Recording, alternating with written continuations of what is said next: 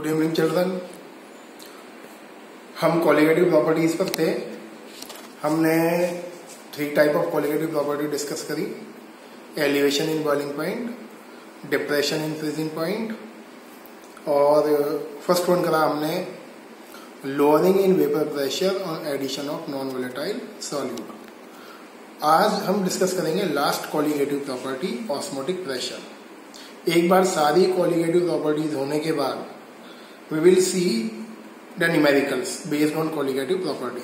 Maybe chance next term हम देखेंगे उसको, है ना। ऑस्मोटिक प्रेशर से पहले कुछ टर्म समझ लो आप, ऑलरेडी आपने पढ़ा हुआ है।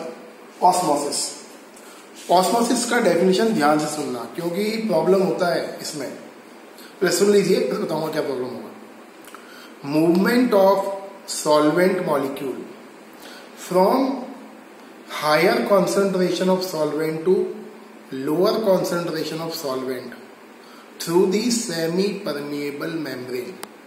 सुन लीजिए ध्यान से।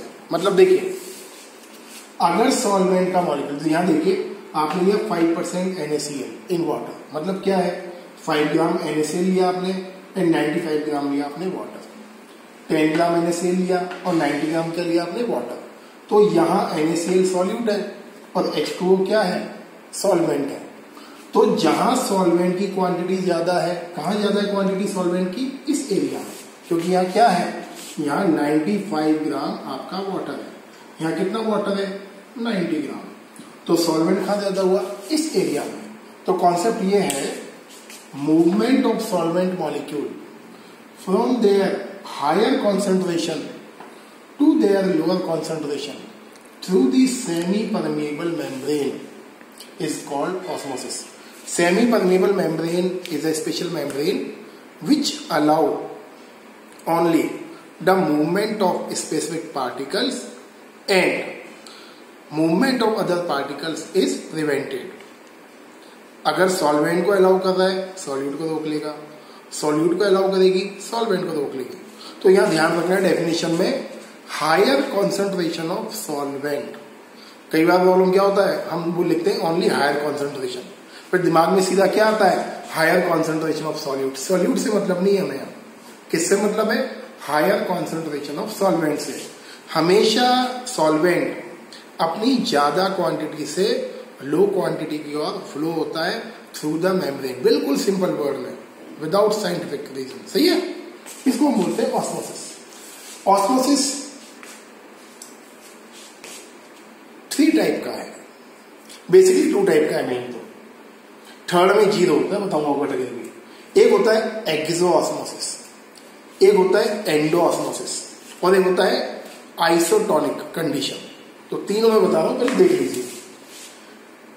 जैसे आपने यहां 2 सॉल्यूशंस को रखा हुआ है, तो यहां क्या है, वाटर की क्वांटिटी ज्यादा है सॉल्वेंट की, तो इस सॉल्यूशन को हम बोलते हैं हाइपोटोनिक सॉल्यूशन। वर्ड देख लीजिए, a solution which carry more amount of solvent is called hypotonic solution। जहां सॉल्वेंट का क्वांटिटी कम होता है, इसको हम बोलते हैं हाइपरटोनिक सॉल्यूशन। अब यहां एक थर्ड कैटेगरी होती है आइसोटोनिक। हाइपोटोनिक जहां सॉल्वेंट का क्वांटिटी ज्यादा हो, हाइपरटोनिक सॉल्वेंट का क्वांटिटी कम हो। अगर दोनों का क्वांटिटी सेम हो, जैसे मैंने बोला यहां भी 95 ml वाटर हो और इस साइड भी 95 ml वाटर हो, तो इसको हम बोलते हैं आइसोटोनिक। वर्ड देखिए, isotonic. If 2 solutions are placed isotonic in this chamber, then no osmosis will take place. ऐसे सॉल्यूशन जिसमें ऑस्मोसिस नहीं होता है उसको बोलते हैं आइसोटोनिक सॉल्यूशन। या हम सिंपल वर्ड बोले, in this chamber till what point the osmosis will take place। तो आपको क्या बोलना है, osmosis will take place till the point when both the solutions not acquire the same concentration of solute in the solvent। तब तक osmosis होगा जब तक दोनों कंटेनर्स में जो सॉल्यूट है उसका कॉन्सेंट्रेशन इक्वल ना हो जाए या सॉल्वेंट का अमाउंट इक्वल ना हो जाए। क्लियर। ऑस्मोसिस के कुछ एप्लीकेशंस हैं। जैसे फर्स्ट देखिए एक्सेस इनटेक ऑफ NaCl, ये इंपॉर्टेंट है। कई बार डॉक्टर हमको बोलते हैं हम लोगों को कम सॉल्ट यूज करिए या नॉर्मल अमाउंट में यूज करिए। कुछ लोगों को ज्यादा सॉल्ट खाने की आदत होती है। तो सॉल्ट क्या करता है, whenever body take salt, तो सॉल्ट जाके आपकी बॉडी की सेल में एक्यूमुलेट हो जाता है। ध्यान से देखना, मैं बनाऊंगा कुछ डायग्राम, ये हटा रहा हूं मैं थोड़ा सा, इसको बैठाता हूं डायग्राम।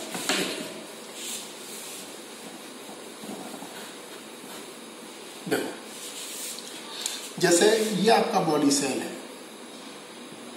और ये आउटसाइड ये ब्लड फ्लो है आपका, ये। तो जैसे ही आपकी बॉडी सेल में NaCl एंटर करेगा, आपकी बॉडी सेल के अंदर का जो कॉन्सेंट्रेशन है सॉल्वेंट का वो कम हो जाएगा, मतलब सॉल्वेंट का अमाउंट कम हो जाएगा। आपका जो ब्लड है, ब्लड में क्या है, वाटर की क्वांटिटी ज्यादा है, मैं चाहूँ तो इसको भी वाटर लिख देता हूँ, और सेल के अंदर वाटर की क्वांटिटी क्या होगी, कम हो जाएगी। क्यों कम होगी, क्योंकि NaCl एक्यूमुलेट हो गया है। अब इससे होगा क्या, ब्लड से वाटर स्लोली स्लोली आपके अंदर सेल के अंदर एंटर करना स्टार्ट करेगा, and due to the entry of water in tissue cell, the tissue cell swell up and it generally called water retention और एडिमा। मतलब बिना खाए या बिना किसी रीजन के मोटे हो जाना, मतलब पूरी बॉडी में स्वेलिंग आ जाना। ऐसा लगता है जैसे कि हम मोटे हो गए बिना खाए, जबकि रीजन्स क्या होते हैं, रीजन होता है एडिमा डिजीज। ये जनरली प्रेग्नेंट लेडीज को ज्यादा होती है, क्योंकि प्रेग्नेंट लेडीज को सुना है मैंने भी, मेडिकल साइंस मैंने भी नहीं पढ़ा था डिटेल, कि प्रेग्नेंट लेडीज को ज्यादा सॉल्ट खाने का इच्छा होता है ड्यूरिंग द प्रेगनेंसी टाइम। और जिन्हें प्रेग्नेंट लेडीज की बात हो, कोई भी जो ज्यादा सॉल्ट खाता है एक नॉर्मल क्वांटिटी से, उन लोगों में डिजीज ज्यादा होने के चांसेस होते हैं। इसलिए we should take salt in minimum amount या नॉर्मल अमाउंट। पॉइंट नंबर 2, जब भी हम पिकल बनाते हैं तो पिकल बनाते हुए हम क्या करते हैं, जो रॉ मैंगो होते हैं उन्हें हम डालते हैं NaCl पे, मतलब रॉ मैंगो पर हम क्या करते हैं, NaCl को स्प्रिंकल करते हैं। NaCl क्या करता है, रॉ मैंगो के वाटर को एब्जॉर्ब कर लेता है, और वाटर एब्जॉर्ब होने से क्या होता है, माइक्रोबियल ग्रोथ कम हो जाती है, and raw mango can be stored for a longer time. Third है विल्टेड फ्लावर। अगर हम किसी मुरझाए हुए फूल को वाटर में डाल दें तो क्या होगा, फूल आपका या फ्लावर आपका दोबारा क्या हो जाएगा, रिवाइव हो जाएगा। अब यहाँ एक प्रॉब्लम है छोटा सा जो हमको देखना है। अब जैसे आपने विल्टेड फ्लावर को डाला वाटर में, ये वाटर, आपने विल्टेड फ्लावर को डाला। अब विल्टेड फ्लावर की जो सेल है वहां वाटर की क्वांटिटी कम है, क्लियर, और यहाँ वाटर की क्वांटिटी हाई है। तो वाटर कहाँ जाएगा, आउटसाइड से इनसाइड या इनसाइड से आउटसाइड, वाटर जाएगा बाहर से अंदर की ओर। इसीलिए इसको बोलते हैं एंडो ऑस्मोसिस। 2 टाइप का ऑस्मोसिस है यहाँ, एंडो और एक्सो। अगर किसी मटेरियल से वाटर बाहर आता है निकलकर, उसको हम बोलते हैं एक्सोऑस्मोसिस।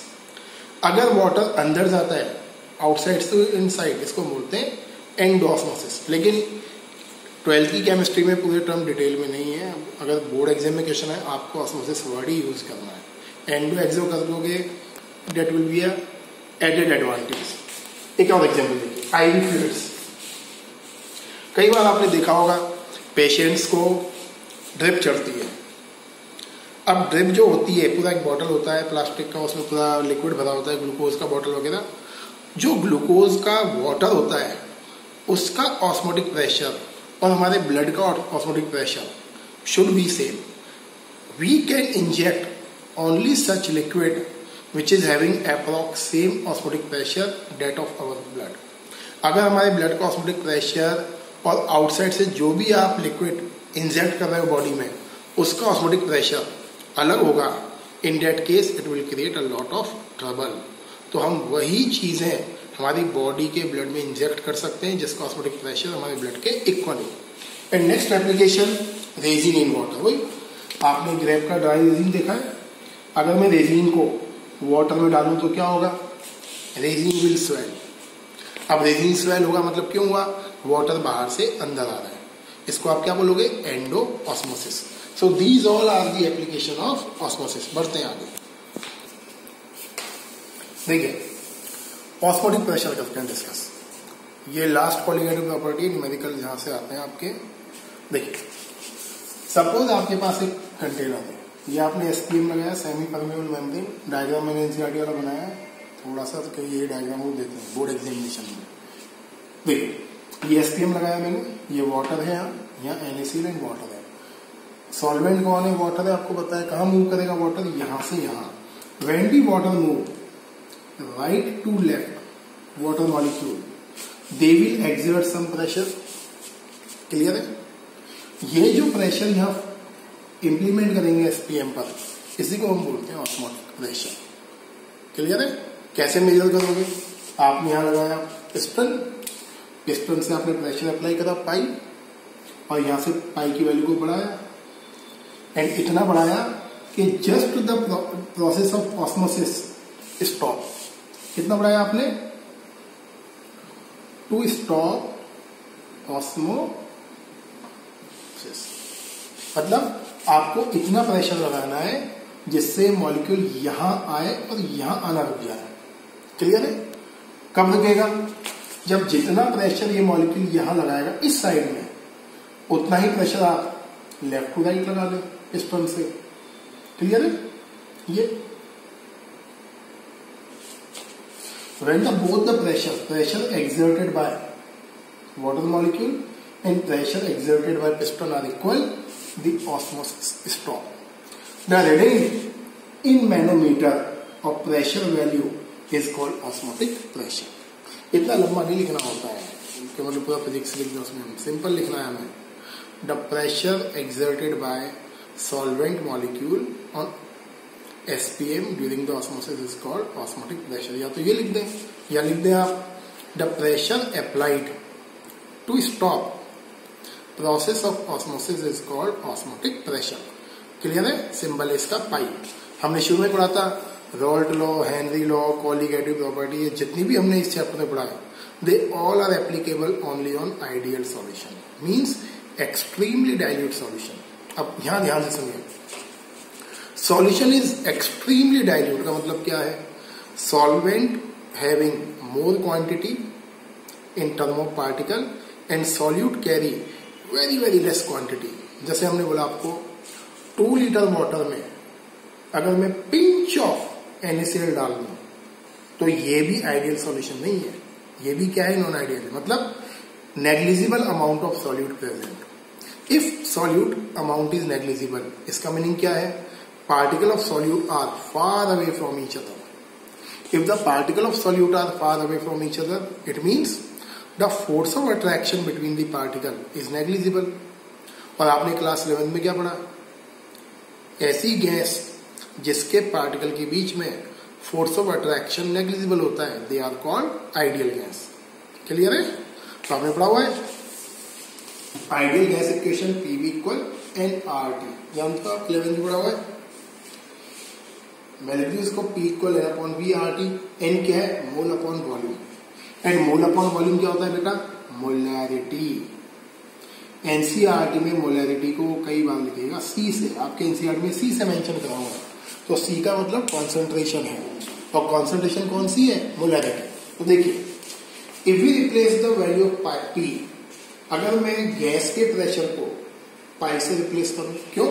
क्योंकि ये आइडियल गैस है, और यहां सॉल्यूशन कौन सा लिया है आपने? Ideal solution.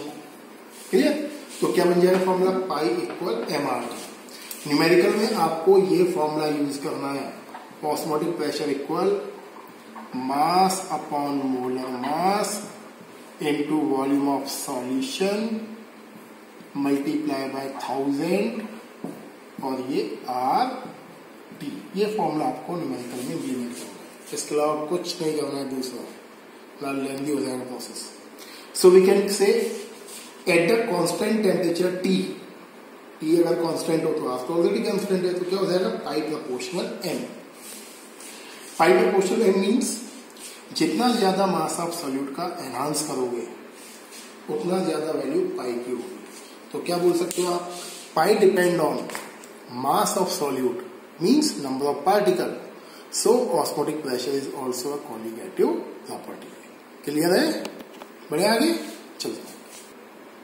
देखिए एप्लीकेशन, ये सीबीएसई क्वेश्चन आया हुआ, ये दिखाऊंगा, इसी साल आया है, शायद प्रीवियस ईयर है, 2019 में क्वेश्चन आया 1 मार्क में। क्वेश्चन क्या है? Osmotic pressure method is better method to find out molar mass of solute. अब देखिए, आपने अभी तक ये कोलिगेटिव प्रॉपर्टीज पढ़ी है नहीं, एक लोडिंग वेपर प्रेशर भी है, बट उससे क्वेश्चन आते नहीं इस तरह के थ्योरेटिकल। देखिए, delta TB elevation in boiling point, delta TF depression in freezing point, pi osmotic pressure method. Advantage क्या है? Osmotic pressure method work on room temperature.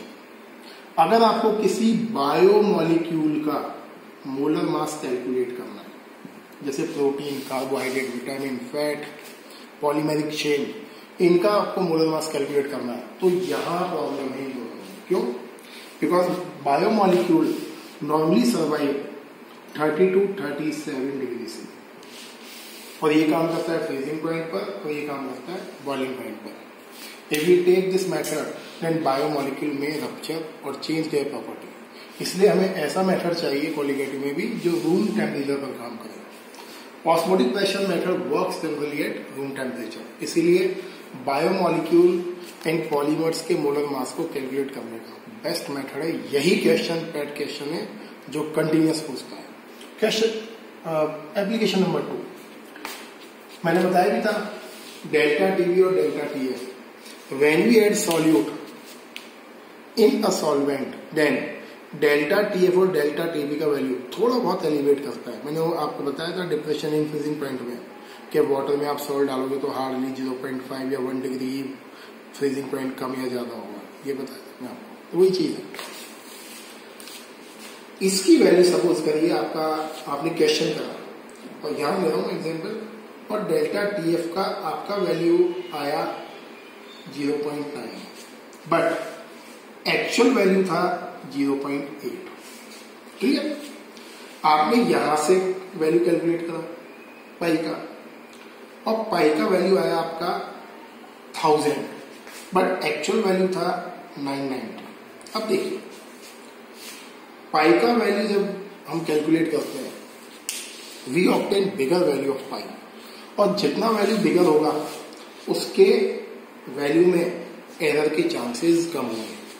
यहां देखिए 1000 and 990, ओनली 10 का एरर है 1000 के ऊपर, मतलब जो एरर का लेवल है वो क्या है? हार्डली 0.1%। यहां देखिए एक्चुअल वैल्यू 8 है, आया 0.9 है, तो यहां जो गैप है, जो एरर है, वो अप्रॉक्स क्या है? 11%। तो कॉन्सेप्ट ये है, पाई का value when we calculate the value of pi obtain the big value, जितना बड़ा वैल्यू होगा उसमें एरर कम होगी, उसकी accuracy and precision should be very very high. इसीलिए पाई हमें किसी भी सॉल्यूट का मोलर मास एग्जैक्टली कैलकुलेट करके देती है, मतलब मोलर मास को कैलकुलेट करने का बेटर मेथड है।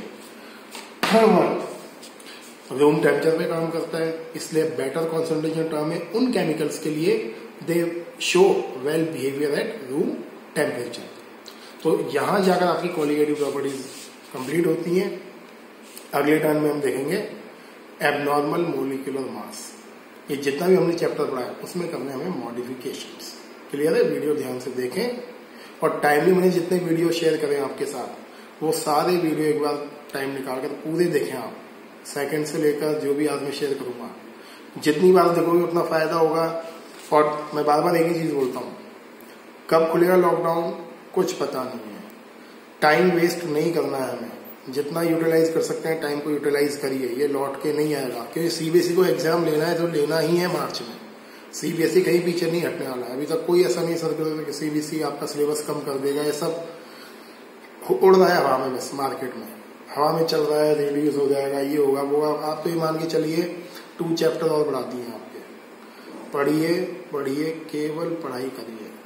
पूरे वीडियो एक बार और देखें, आगे बढ़ेंगे अगले टर्म पर। Thank you and have a nice day.